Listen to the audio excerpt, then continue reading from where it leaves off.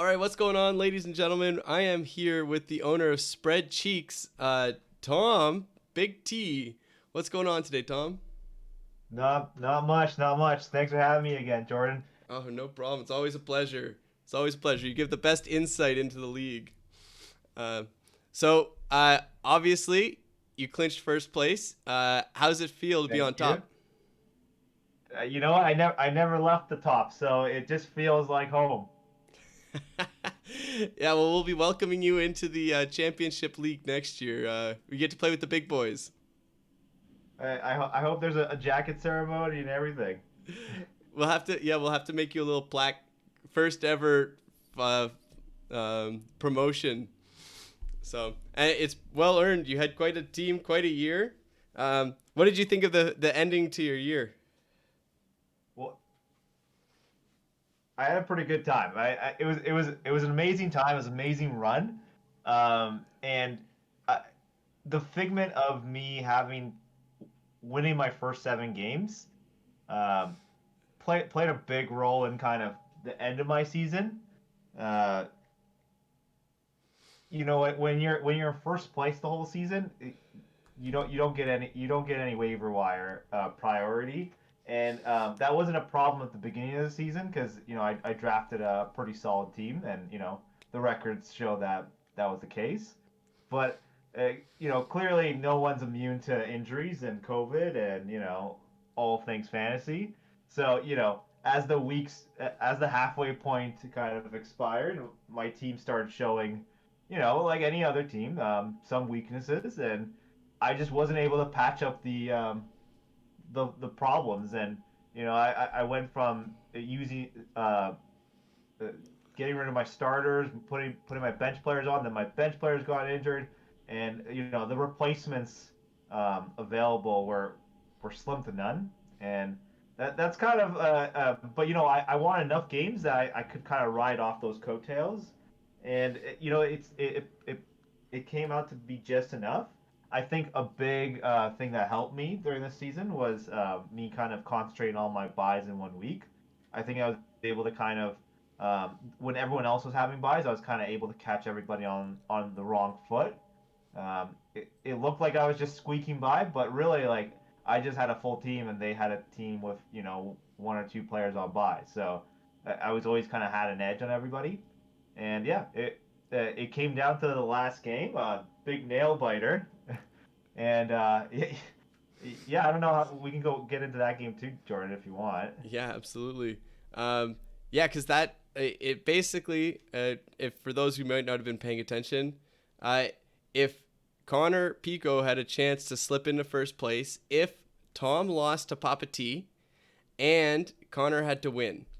Well, Tom got demolished by Papa T last week. Lost Look, 170.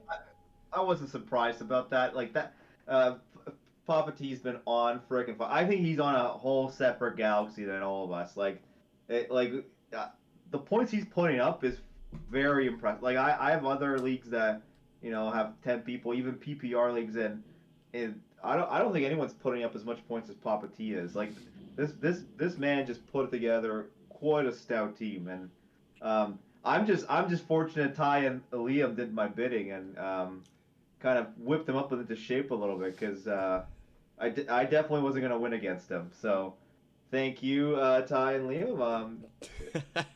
They're doing the You did a people's great work. job taking down the champ and keeping me ahead. I will definitely be sending chocolates this Christmas to you guys.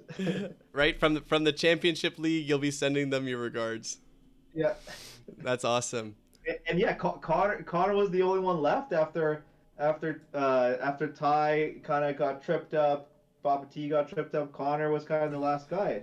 But here's the thing: Connor throughout the season has shown his team can be streaky, but with streakiness can come kind of big droughts. And I was he was playing against Connor, and I was pretty nervous about that because I don't even know if Connor's logged in yet.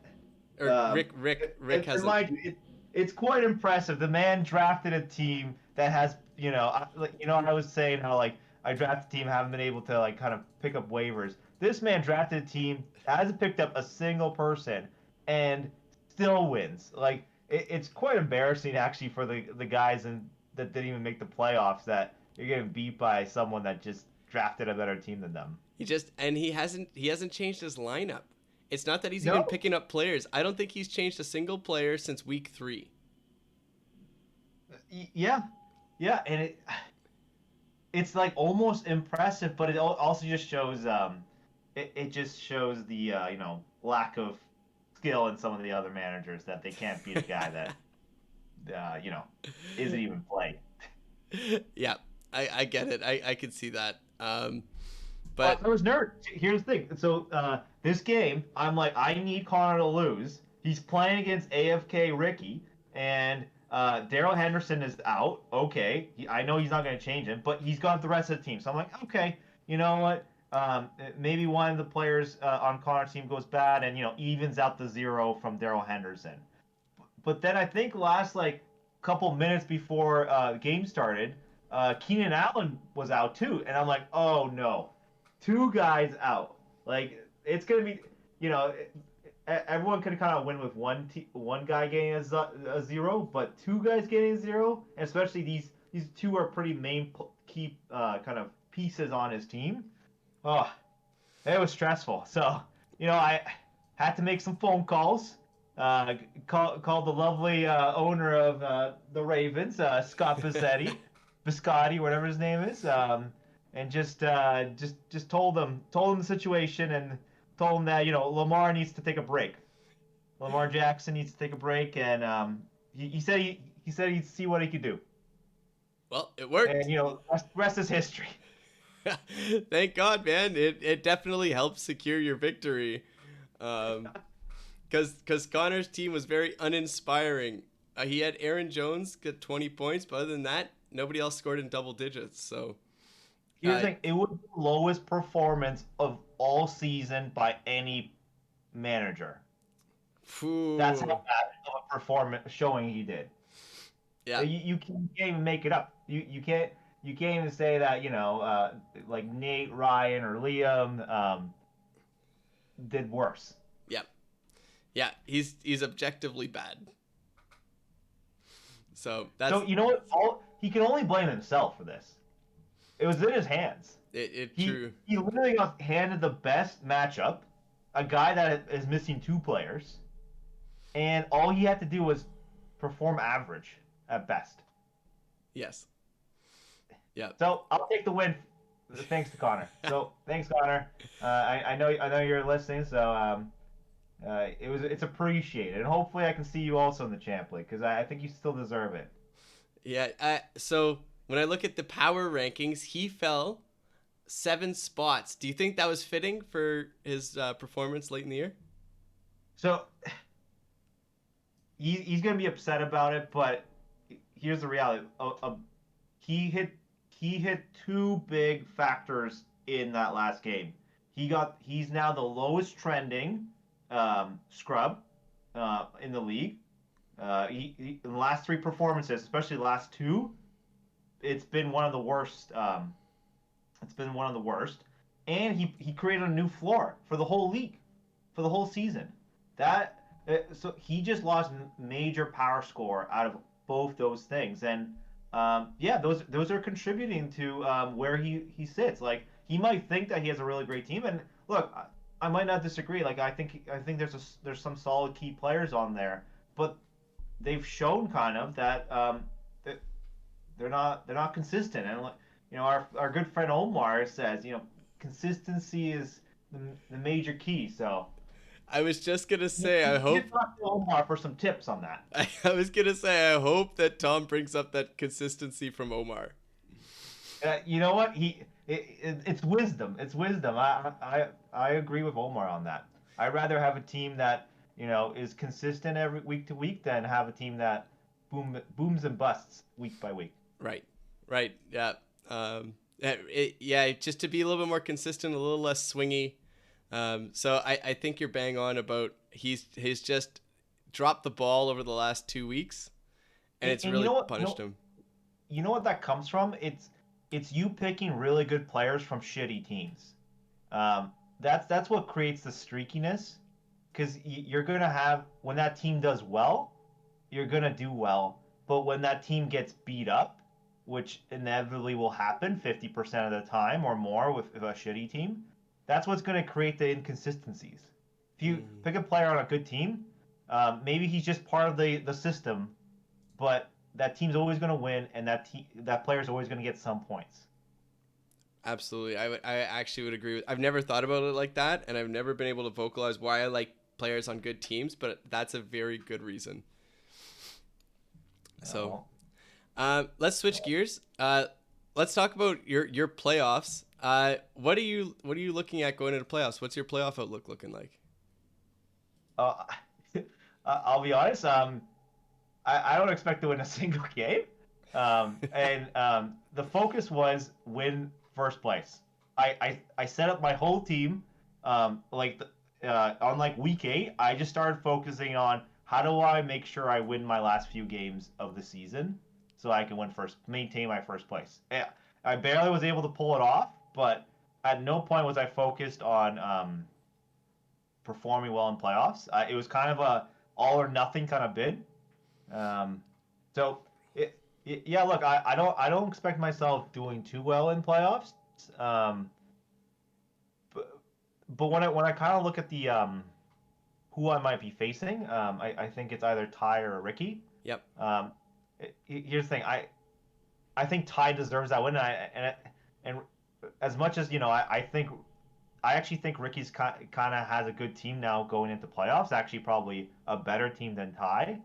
Um, I just don't know if he deserves that promotion, but I think he actually might upset Ty. And if I play Ricky, I don't know. I might beat him. I might not. That's more of a wild card. Uh, so yeah, I think I'm gonna put my best foot forward, but I'm definitely not expecting a crazy performance out of myself. I would highlight a manager that I think has done a really good job. I've been paying attention. Manager that's been really doing a good job at prepping himself for playoffs and actually putting together a team that's going to perform well in playoffs is actually Alex Sterling. He's actually some of the pickups been doing recently. I got to applaud his effort. I think he's trying to make a playoff run, and I think he'd be able to do it, but he has an unfortunate matchup with Papa T. And maybe I think his team could probably win against majority of the teams in playoffs, but he just dealt a pretty unlucky card with Papa T as a matchup, and yeah, we'll see how that plays out. But yeah, I just wanted to give him a shout out because I think he's actually thoughtfully thought his way through getting through playoffs and making a run. He just didn't he just got dealt the bad card. Yeah, absolutely. I would totally agree. Like when I look through his roster, the matchups he has over the next couple of weeks are really in his favor. And I actually looking at Papa T's team this week specifically, with all of the COVID stuff, Papa T is missing. He's got 3 players for COVID. Um, Thielen hasn't practiced all week, so he's questionable to start. He's like there's a chance. There's a chance that Alex can pull off an upset just given all of the missing players from Papa T. I would agree. Just Papa T has such a his bench is like I would say any player in this league would love to start some of the players that Papa T has on his bench. Yeah, That's how great that guy's team is. right. I would Like agree. he's really picked up on some stout guys and some rising stars. He able to really identify those guys really well. I Yeah. gotta give him a shout out. Now, could I pull that same thing off? Maybe if I had the chance to pick up any of these players. But there were some great managers below me in the priority that did that. Yeah. Yeah, that's one of the things, the drawbacks of the priority is that it makes it so if you win a lot of games, you're just, especially early in the year, you kind of get punished by the end of it. But it also just makes it a little bit more competitive. Um, so Yeah, then I mean, I prefer to have a waiver budget. I've had that in a couple leagues. It's actually it feels more fair but I can understand definitely that dynamic happens where the bottom teams and here's a perfect example. I actually think Liam, Nate, and Ryan, their teams are actually heating up, and they might think it's actually their skillfulness and ability to kind of put together a good team at the last few weeks, but actually all it is they've been spoiled with tons of waiver pickups, and yeah, they're going to have the most recent hot guys on their teams right now. So yeah, of course they're going to be playing well and putting up huge points. But uh, that's that's kind of a product of the waiver system that we have. It's now their teams are doing well, but it's kind of too little, too late. Yeah, I could agree with that.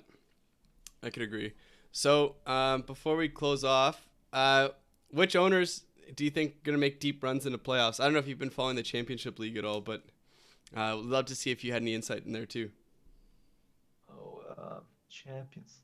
I would say while I'm trying to pull up the championship stuff, I would say for our farm league, I think Papa T deserves to win the whole thing.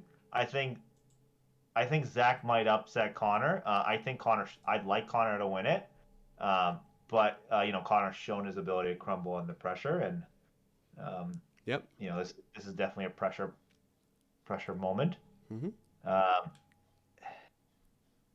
yeah, let me just pull up the champ league. So basically, I can explain it to you. It's basically like me versus Jake, Omar versus Ryman, Scott versus Jer, and then Matt and Ivany, who I'm actually watching that game pretty closely because it's Matt Daly, who has done well all year versus Jordan Ivany, who did really well, who's done well lately, and they used to live together, right? Ex roommates, a little bit of bad blood.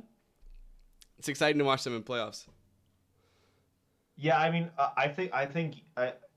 you're obviously a favorite to win it. I do really I do like Matt's team and Jordan Ivy's team. I think that is definitely the should be the championship or like a semifinal kind of game. Yep. But I think whoever wins that game should get to the finals. Jaron, Hillbilly, Kalen, I think they're decent managers. They're definitely in the top 50th percentile, but it's definitely whoever wins that game. It's unlucky, but yeah, it's whoever wins between Jordan Ivany and Matt, and then I think it's you. I think it's you who kind of wins the leg between Robbie Per, Omar, and Jake. Jake sucks as Ryman, right? Yeah, Yep. Yeah. Yeah. yeah. Ryman's been struggling, kind of. Yeah. That I would both say of that those teams. I think you versus either of those guys. And I'll be honest, I kind of like their teams, but yeah, you're hot. So Yeah, that's true. So, it's your championship to lose, I would say. all putting all the pressure on me now. Hey, well deserved. You've been killing it this year. Yeah. Yep. So awesome. Well, thanks, Tom, for coming on the show. Appreciate your insight as always. Thank you for having me. Yeah. Congrats on the big win. Congrats on your promotion. It's been Thank, well deserved this year. thank you, and thank you to yourself, Jer, and all the other co-commissioners or commissioners. You've put together a really good culture, really good dynamic, really good kind of system. I think you guys are running a really good league, and it's kind of fun. I think the relegation promotion dynamic has added way more kind of stress to everybody because the guys at the bottom want to obviously get promoted. They don't want to be stuck at the as kind of the scrubs of the two leagues. But I also I imagine this champ league there's pressures on both ends. You want to win the whole thing, but at the same time, I I think what you should be talking about is who's in the relegation picture. That I think is actually the more interesting um, thing Dynamic. to because there's six teams and four of them get demoted. So like it's pretty high pressure Yeah, it to is. not end up in that. I guess whoever plays I guess yeah, no, So basically, how that relegation system works is just um, if you're like Dan or Mike or Eric and Marty. So if you were the bottom two teams in either division, you'll have to win 2 games to not get promoted. You basically have to make the consolation championship. that'd be that's way more stressful than trying to win the championship. That's true. Uh, I feel for these guys, like especially like I think some of these teams at the bottom, they've had some good runs. They just like they kind of got caught, especially in this big league. Like you losing like a good player, like plays a big role. Managing around that shows really kind of a lot of skill. Yeah, this is this. I'm more focused on this than I am On on the whoever championship. wins championship. That's true. There's a lot more. It's higher stakes on the relegation. No, none of these guys want to get demoted outside of Dan. The farm He's league already top prospect. he's already he's already accepted his state, and you know he'll have fun with all the other guys at the farm league. It's a little easier down there for him. He can touch up on his skill set and then come back to us later. Yeah. So no, that's great. Well, of course, we'll be paying attention to all of the games this weekend. So thanks, Tom, for coming on the show. We love having you. Thank you for having me. No problem. Good luck. Good luck in playoffs. Even though you don't need it at all, considering you're already promoted. Yeah, I'm feet up. I'm just now watching and having fun. I actually get to watch football without stressing out. Great. Okay. Well, thanks, Tom. We'll talk to you soon. Thank you. Talk to you soon.